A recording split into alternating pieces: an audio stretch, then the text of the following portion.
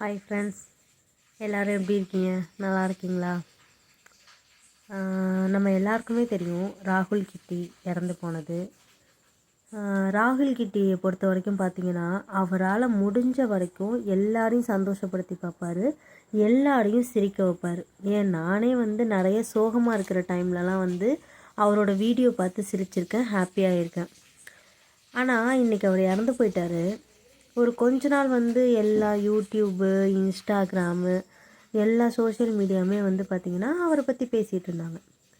ஆனால் ஒரு குறிப்பிட்ட நாளுக்கு அப்புறம் இப்போ நம்ம யாருமே அவரை பற்றி யோசிக்கிறதில்ல, பேசுகிறதில்ல.